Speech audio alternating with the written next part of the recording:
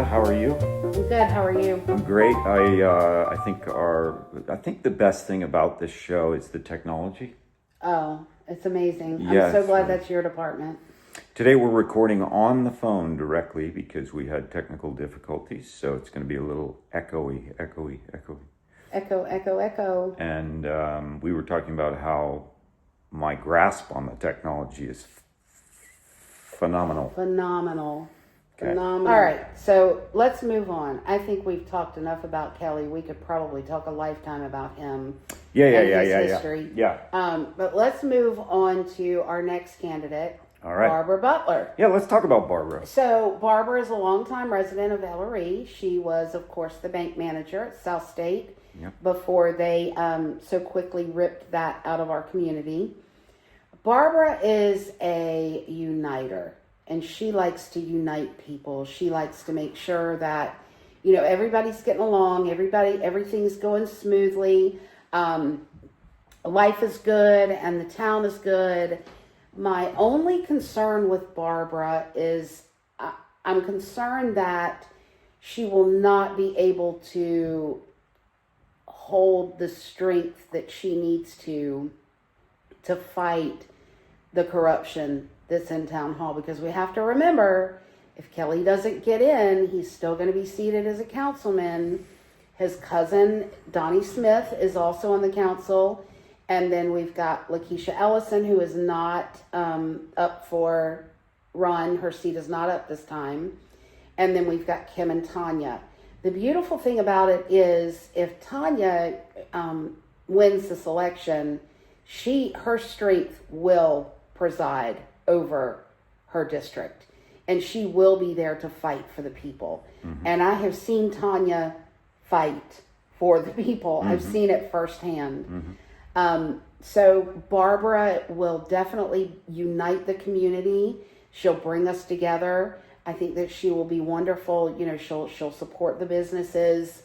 She'll support events and things like that, and bring the community together. But as far as having the strength to fight this corruption, I just don't know that she'll have that. I don't know enough about her to say either way, so I have to, just go by the little bit that I know. I have encountered her. I've had the chance to meet her, and I found her to be, of course, a very trustworthy and likable person.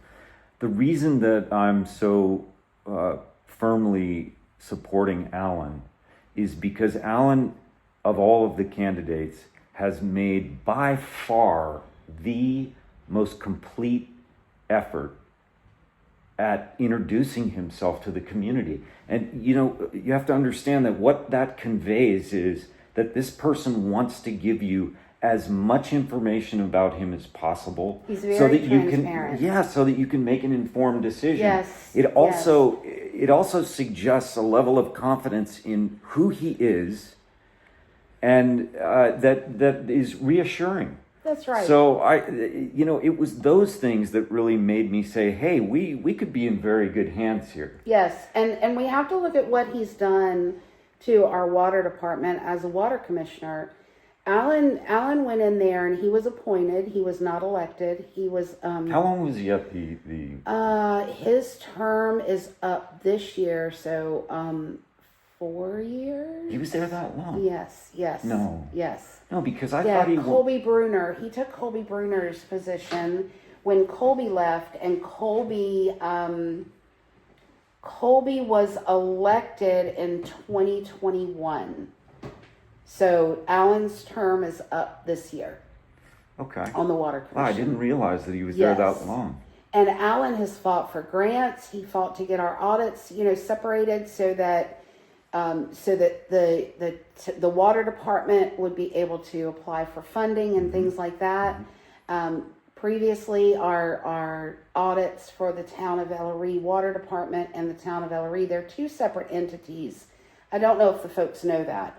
But the water department, town hall are two separate entities, but they combine their audits because it costs less money to do them combined. But historically, the town of Elloree over the last 8 years has been years and years and years behind on their annual audits. So it was causing, because the town was behind, it caused the town of Elloree Water Department to be behind as well. So they separated that. Allen was an intricate part in working that out. And it's worked out well because they've been able to apply for the funding and the grants and all of the things that our water department needs. But, aside from that, Allen is diplomatic. He's level-headed. He's got the experience. He's a veteran. He has civil service behind him. He's managed, Fortune companies before. He's managed 50,000, upwards of 50,000. I think he said staff. in his bio that Fortune 100 companies, I think. Yes. So, Fortune 100. Those are the big boys. Yes. But I just to just put a button on that. You're going to go into the voting booth tomorrow. If we're all fortunate, as many of you as possible is going to go into that voting booth tomorrow.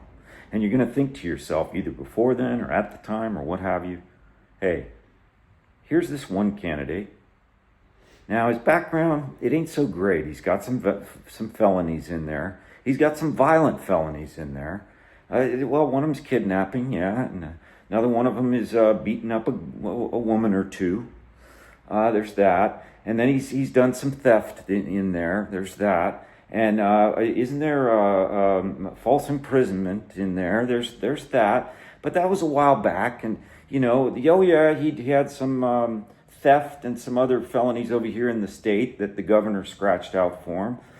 Look, just tell me something good about the guy. Give me a reason why you're going to vote for him besides the fact that you waved to him or that you've known his last name for a long time. Or he beeps his horn when he drives by your house.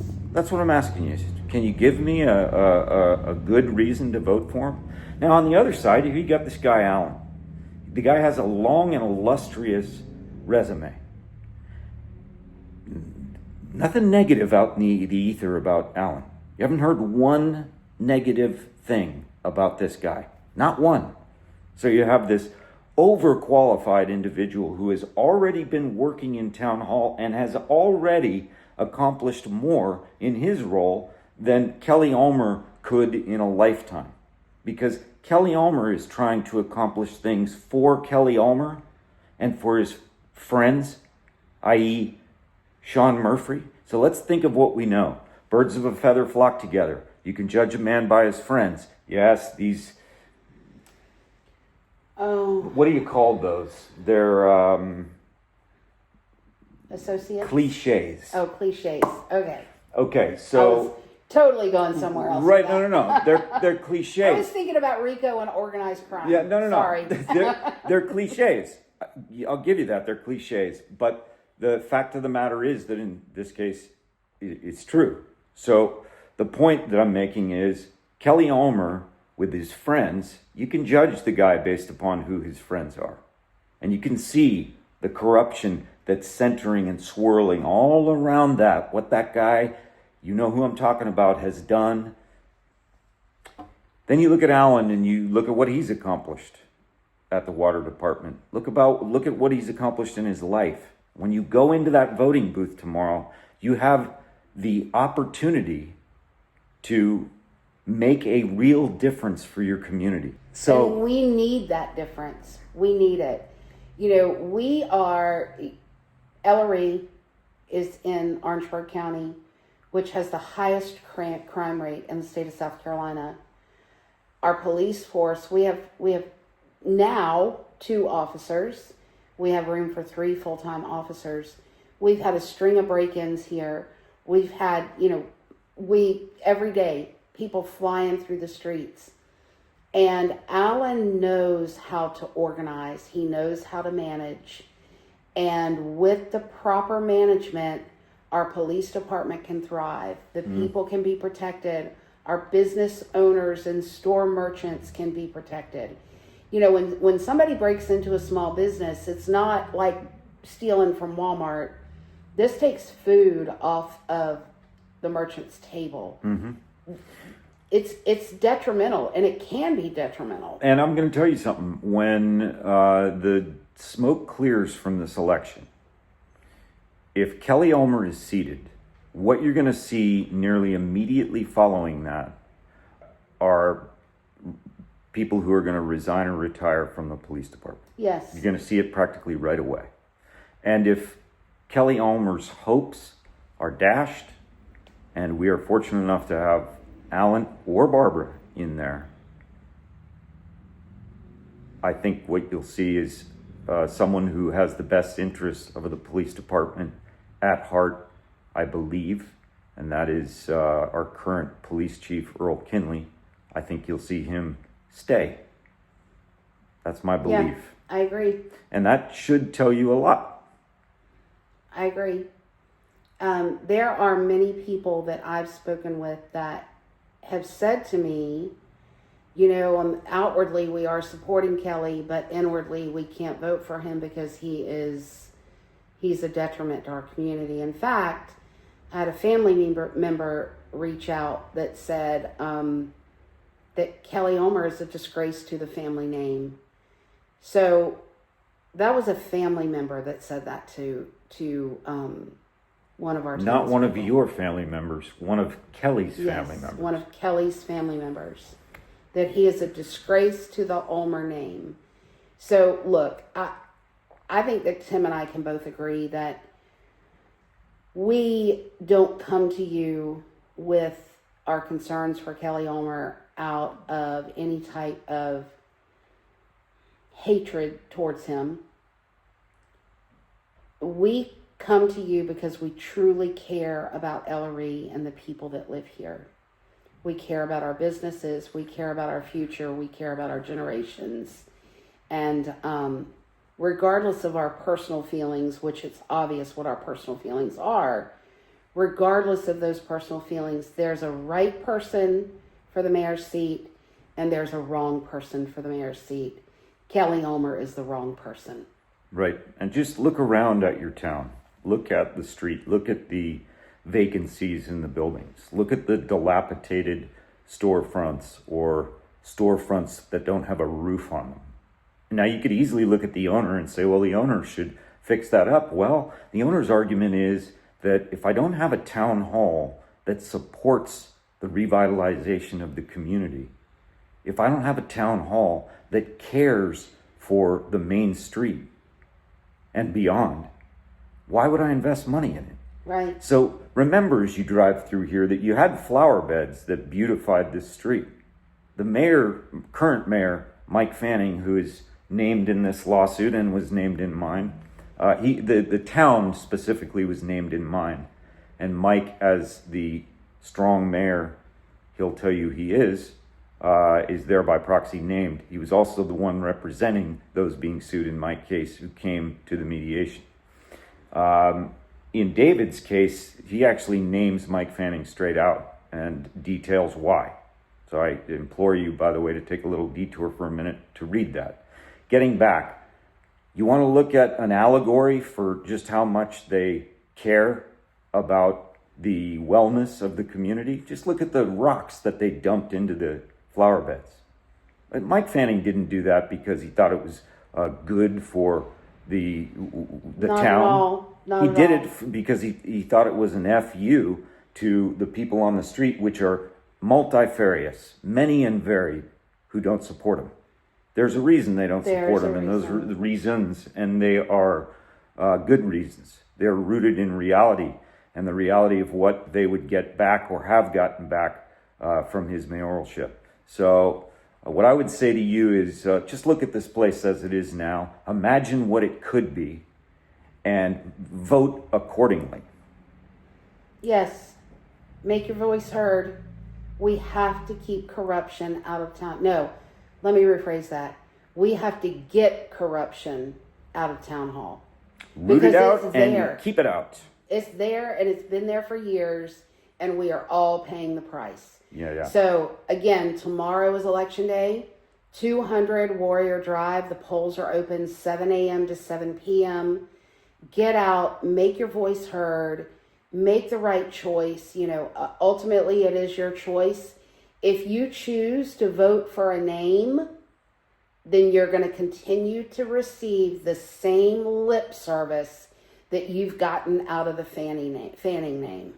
The same lip service for 8 years. You want more lawsuits, you want more corruption, you want more town officials acting on their own behalf and acting in ways designed to cover up their past and current nefarious actions. Well, then just vote for Kelly Ulmer, because that's what you're going to get, and nothing more. All right.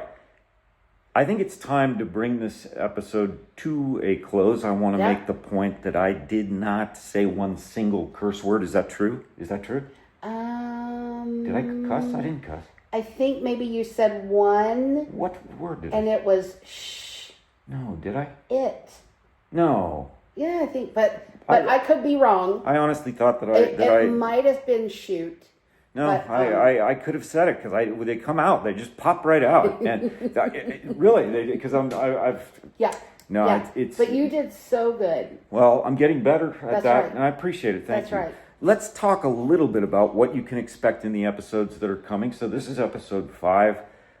Next week we'll be out with episode 6, which is going to be an episode focused on the role that SCCJA, that's the South Carolina Criminal Justice Academy, plays in protecting the general public through its policies and actions. And we're going to discuss some ideas we have for reform. We are putting the word out to the person who runs that agency. His name is Mr. Swindler. It's an unfortunate last name for a law enforcement official, but I didn't make that up. He's got one heck of a resume. He's got a hell of a resume. Can't take that away from him. Right. So we're going to be hopefully speaking with him if he'll get back to us. I have had conversation with him before. Hoping to do that again before we go to air with episode 6. So that's going to cover SCCJA, and we're going to see we're going to talk actually about some specific cases like Sean's, and how he can be decertified as he was years ago for an allegation of great magnitude, something he undoubtedly should have been pursued criminally for and was not. And we want to understand how the SEC may have changed in how it recertifies officers, and learn a little bit more about how they approach it and what they could do differently. I think we're also talking about doing an episode after that one that might focus in similar fashion on SLED. Yes, and then also I am currently in conversation with some folks from Utahville, South Carolina, and we are going to get with them in the coming episodes and sit down and talk about what they have going on in their small town municipality. It seems to be running rampant in Orangeburg County, and Elloree's in Orangeburg County, Utahville, Holly Hill. So we have some other guests that are going to be coming on here in the coming weeks. We're also talking about doing a show focusing on the judicial branch here in South Carolina. So we're just planning to make friends across all different kinds of agencies, law enforcement, the judiciary. Boy, we're covering some ground. But I have also some good news coming up. At least it's good news from my perspective. We are going to shift gears in coming episodes. I'm going to project that we're looking at about a month to 6 weeks now. And we're going to shift gears into a serial. That serial is going to be based on a book that I am about to release. That book covers the true story of the corruption and ill-fated actions of those in Town Hall, in the police department, and beyond in Elloree. It's going to dive into some things that we haven't quite uncovered, that we haven't quite uncovered for our audience yet.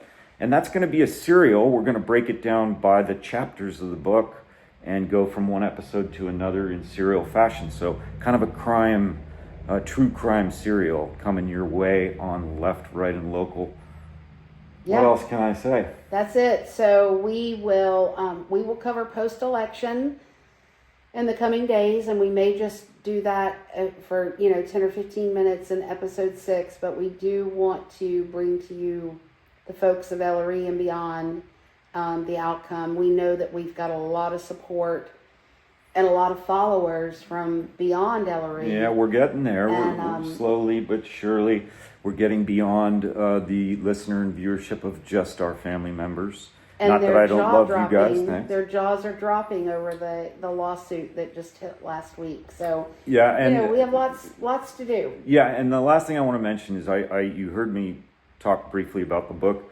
When I bring the book out, I'm going to make it free, and I'm going to be passing out hard copies of the book to anyone and everyone in town who wants one. And I'm also going to be passing them out for free at the State House in Columbia. And I'm kind of going on a bit of a campaign. I think I've got about 3,000 copies that I'm going to give out for free. I'm going to blanket the area here and make sure that people are educated, at least from my perspective. That's right. All right. So get out and vote, y'all. I'm going to say it again tomorrow, 7 to 7, 200 Warrior Drive, Elloree, South Carolina. And I'm gonna make a plug here. Vote Tanya Weaver, District 1, Allen Reeves for mayor. Those are my preferred candidates, and I hope they will be yours as well. Get on out there and get them. Alan, Tanya, pulling for you. Yes. I don't want to do the Trump. No, please thing. don't. Stop. Stop. Okay. Listen, y'all. I am definitely right. I am definitely a Trump supporter, but there are some things that just rake my nerves. Well, I don't know. So please don't do that dance again. Thank you. All right. Okay. Very good. Thank you so much, folks. It's been so great to have you. We'll see you Bye, next time. y'all. See you next time. Bye-bye.